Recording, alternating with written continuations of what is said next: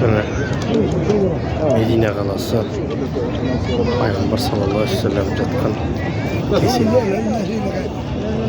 Адамдардың көптігінде шек жоқ. Медине деген бұл сондай бір қала екен. Құлшылық қылуға ерінбейсің, рахат. Таң намазы дейсің бе, тахажжуд дейсің бе, Алланың жәрдемімен өзің жеңіл тұрып кете береді екенсің.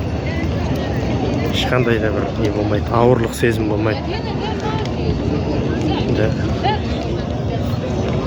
Расында киелі қала екен. Жүрекпен сезіледі. Қай уақытта болмасын адамдар үзілмейді. Пайғамбар саллаллаху алейхи ва салламға сәлем беріп кіріп жатқан адамның есебі жоқ. Bir adamlar 3 rет, 4 rеттен қайталап кіріп, айналып кіріп жүр.